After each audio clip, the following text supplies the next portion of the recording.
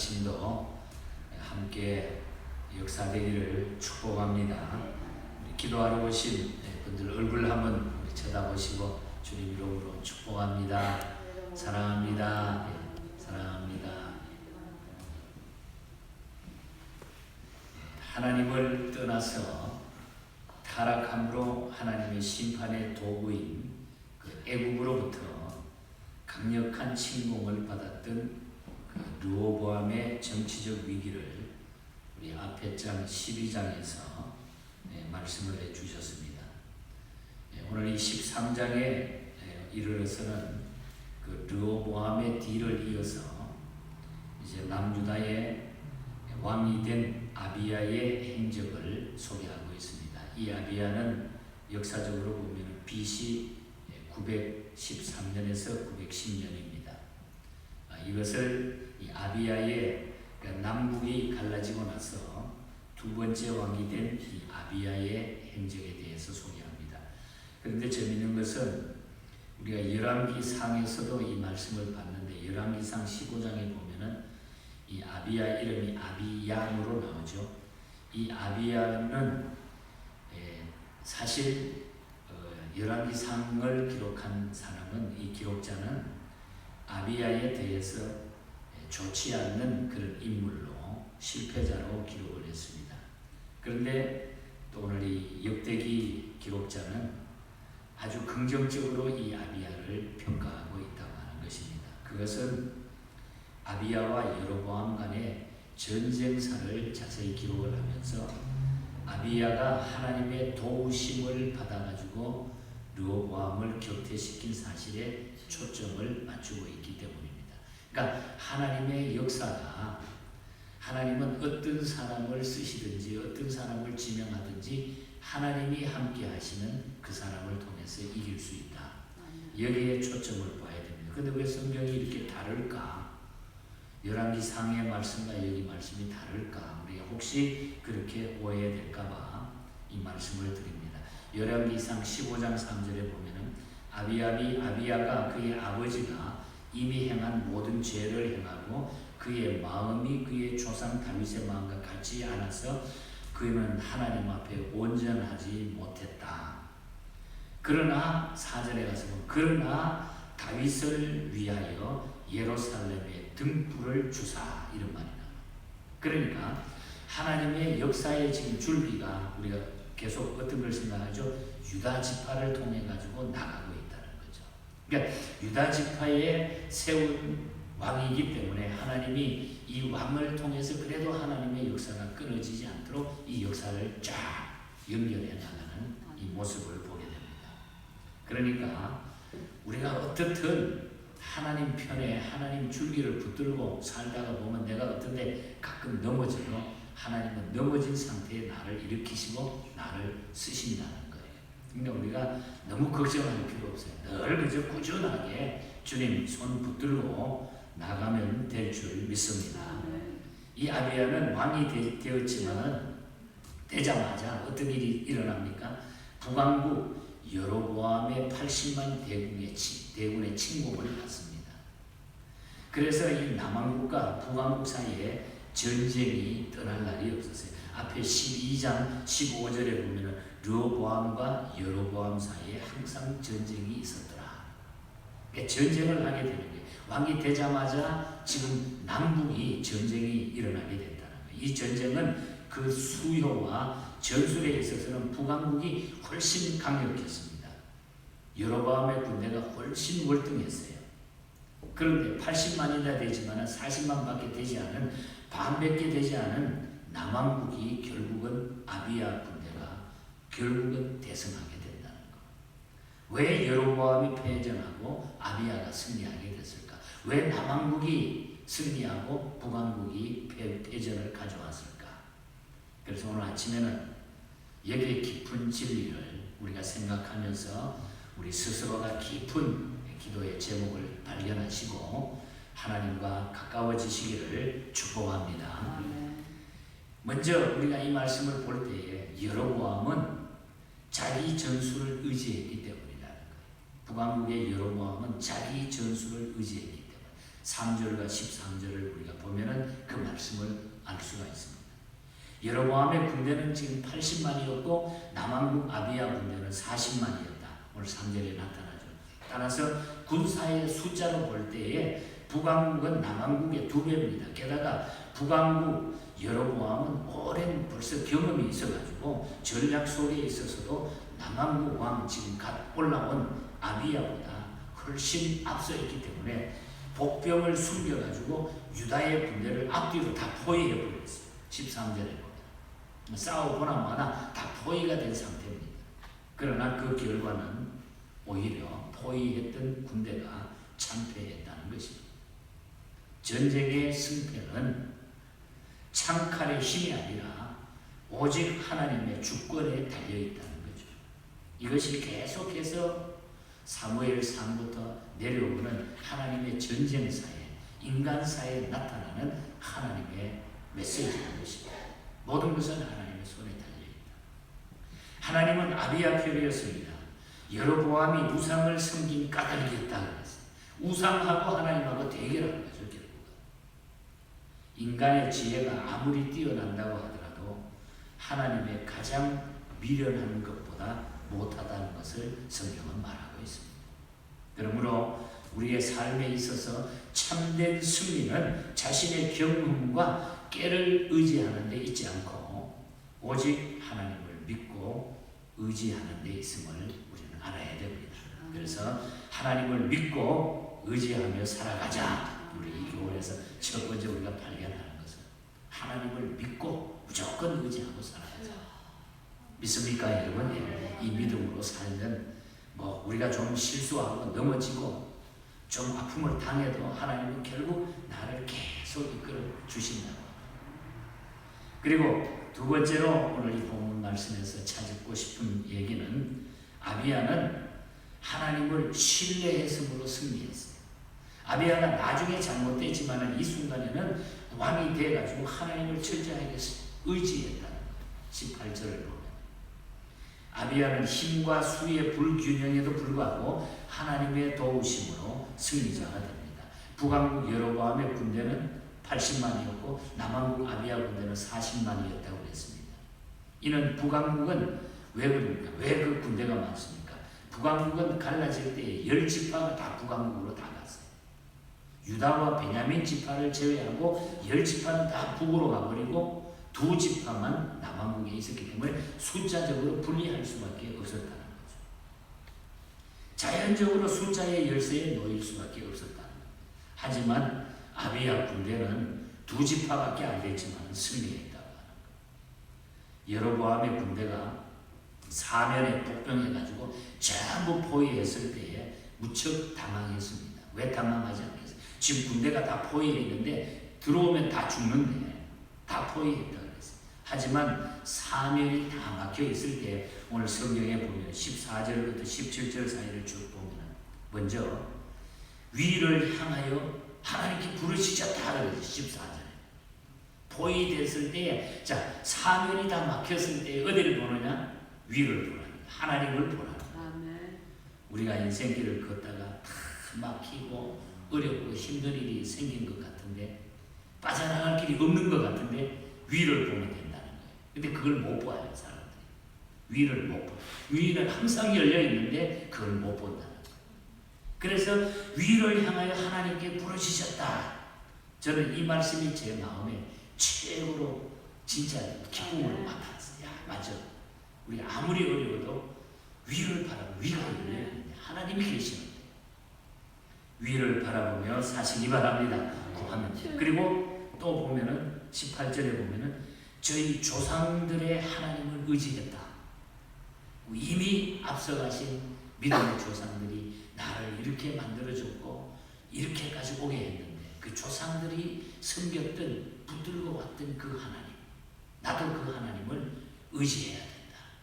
위로 하나님 보고 조상들이 이미 증명해 줬던 그 하나님을 내가 의지했다. 멋있는 왕이잖아요. 나중에 교만해가지고 쓰러졌지만 이 왕이 이때만 해도 하나님을 아주 철저하게 의지했다는 거죠. 그리고 그 다음에 14절에 또 보면 제사장들은 나팔을 불었다고 그랬어요. 자, 하나님을 보고 하나님을 의지하고 그 다음에 제사장들을 시켜가지고 막 전쟁에 보위가 된 상태에서 나팔을 부릅니다. 여러분, 이 나팔은 믿음의 선포를 의미하는 믿음의 선포. 우리는 하나님의 백성이다. 하나님이 이길 것이다. 하나님 앞에 기도했기 때문에 하나님이 보호하실 것이다. 선포하는 거예요.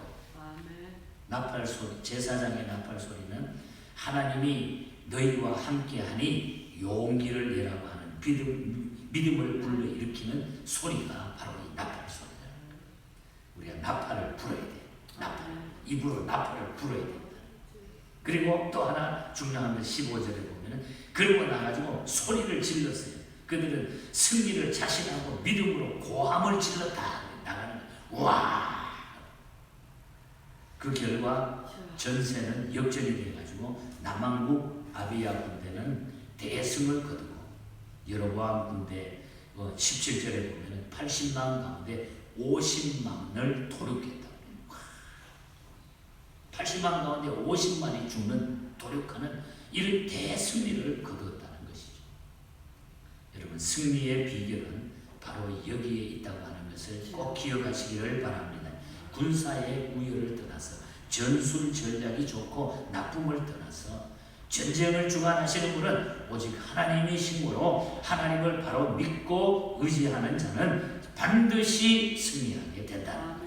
그리고 반드시 좋은 결과가 맺어진다. 하나님을 의지하고 살다. 이런 신앙을 가진 자는 설령 실패하다가도 반전이 되어가지고 기쁨과 승리로 귀결된다는 사실을 믿고 우리는 끝까지 그저 하나님 백성이야. 나는 하나님 이 줄기 붙들고 내가 그냥 추우나 더우나 어떤 일이 있으나 슬프나 기쁘나 나는 갑니다. 하나님, 나는 갑니다. 그러다 보면은 이미 다 해결이 되어 있어요. 이 믿음이 바로 하나님의 줄기의 믿음인 줄 믿습니다. 아비야는 하나님을 신뢰했기 때문에 이렇게 하나님의 백성들이 승리할 수 있도록 하나님 만들어 주셨다. 마지막으로 하나의 진리를 더 우리가 켜려고 하면은 여로보암의 패배는 하나님의 징계였음을 볼 수가 있어요. 바로 아비야의 승리는 하나님이 함께한 것이고 여로보암의 북왕국 여로보암의 패배는 하나님의 징계였다 하는 것을 우리가 보게 된다는 거죠. 남왕국 아비야가 불리한 상황 중에서 한 연설, 우리가 오늘 읽은 본문은 지금 단상에 올라가가지고 북왕국을 향해가지고 막 연설하는 거예요. 아비야 왕이. 그 연설을 우리가 들었잖아요. 그 연설을 보면은 자신들이 맞서고 있는 북왕국은 우상숭배를 너희들은 자행하고 거룩한 사역자들을 홀대했고 심지어는 거룩한 성직을 매매하는 듯 하나님 보시기에 너희들이 무척 타락했다. 그래가지고 그 앞장에 11장부터 나옵니다만은 이 북왕국에서는 그냥 우상숭배 하다가 보니까 하나님의 제사장 이런 사람들을 전부 다 쫓아내버렸어요. 다 쫓아내가지고 이 사람들이 저절로 남왕국으로 내려와가지고 남왕국을 위해서 기도하는 사람이 되어버린 거죠. 그렇게 하나님의 사람들을 쫓아내고 성직을 매매하고 우상숭배하고 자신의 나라는 하나님께 대한 온전한 제사를 드리고 순종했으므로 우리가 승리할 것이다. 이렇게 아비야가 막 연설을 한 거죠. 그 앞에서. 너희들은 그렇게 하나님을 대결하고 우상숭배하고 주의 종들을 다 쫓아냈지만은 그러나 우리는 하나님 앞에 온전한 제사를 드리고 순종했기 때문에 우리가 승리하게 될 것이다. 이 연설을 통해서 지금 자신들이 수행하고 있는 이 전쟁은 성전이다. 거룩한 전쟁이다.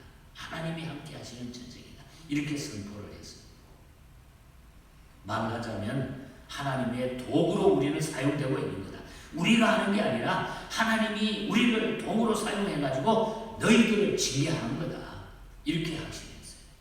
이건 놀라운 고백입니다.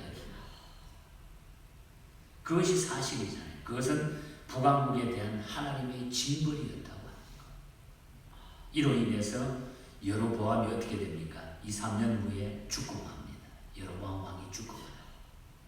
반면에 아비야는 점점 강성해 갔다. 20절에 보면 아비야 때에 여로보암이 다시 강성하지 못하고 여호와의 치심을 입어 죽었고 아비야는 점점 강성하며 아내 14을 거느려 아들 22과 딸 16을 낳았더라. 아비야는 점점 강성해졌고 여로보암은 죽었다. 왜? 하나님의 징벌이었기 때문에. 그래서 우리가 하나님을 대결하고 하나님의 뜻을 떠나가지고 하나님의 백성들이 곁길로 가면 하나님이 징벌하신다고 하는 것 우리가 보게 되는 것입니다. 그런데 안타까운 것은 점점 이 아비야가 강성했는데 육의 생활에 힘쓰는 곳에 사용해가지고 많은 부인과 자녀를 거느리는데 끝나고 말아요. 그래가지고 그 다음에 교만해져가지고 이 아비야가 그 다음에 문제가 생겨가지고 하나님 앞에 본이 되지 아니하고 마지막 안 좋은 삶으로 마치게 된다고 합니다. 그래서 하나님이 강성하게 해주면은 하나님을 위해서 끝까지 우리가 사용하시고 끝까지 하나님을 기쁘게 해드리는 저와 여러분이 되시기를 바랍니다. 오늘 말씀의 결론은 조상들의 하나님을 의지하였더라.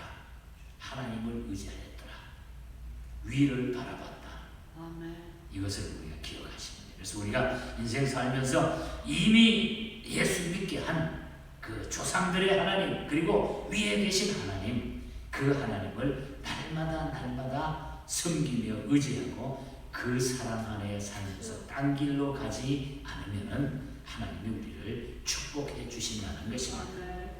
우리 마지막에 불렀던 찬송 이 와글 목사님이 작시한 찬송가 저 후렴 가사에 보면 날마다 주를 섬기며 언제나 주를 기리고 그 사랑 안에 살면서 딴 길로 가지 맙시다.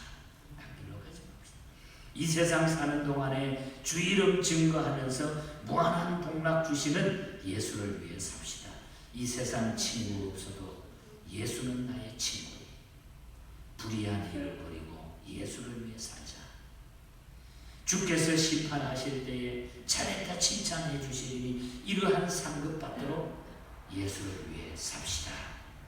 날마다 주를 섬기며 언제나 주를 기리고 그 사랑 안에 살면서 딴 길로 가지 맙시다. 딴 길로 가지 맙시다. 이 머릿속에 꽉 집어 딴 길로 가면 안 돼. 우리 예수님 그 예수의 줄기를 붙들고 그 한 길만이 오직 한 길만이 예수의 길만이 걸어가는 저와 여러분이 되시고 이미 거기 붙들려 살고 있지만은 혹이나 우리가 높아지면서 혹이나 우리가 또 넘어져서 거기서 우리가 무너져 버릴까 봐. 그래서 내가 이번에 팬데믹 기간을 지나면서 쭉 보니까 그저 생각지 않는 일들 또 내가 생각했던 것보다 엄청난 내가 잘못된 생각들 이런 것들을 많이 기억하게 됐습니다. 그렇구나. 사람은 다 그렇구나. 우리가 곁길로 가지 말고 딴 길로 가지 말고 주님 의지하고 더 열정을 가지고 주님의 일에 힘쓰고 믿음 생활 잘하는 저와 여러분이 되시기를 주님 이름으로 간절히 축복합니다.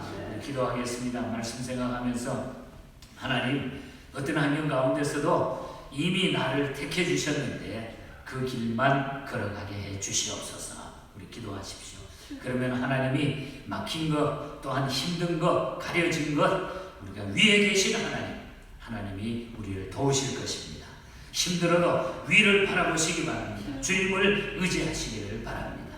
이 문제를 위해서 우리 자신을 위해서 기도하시고 우리 교회가 속히 모든 성도들이 믿음이 회복되고 기도가 회복되고 성령 충만한 교회가 되게 해달라고 기도해 주시고 이 6월을 통해서 새로운 어떤 계기가 되어서 하나님의 역사가 만들어지게 해달라고 우리 함께 통성으로 기도하고 내일 주일을 위해서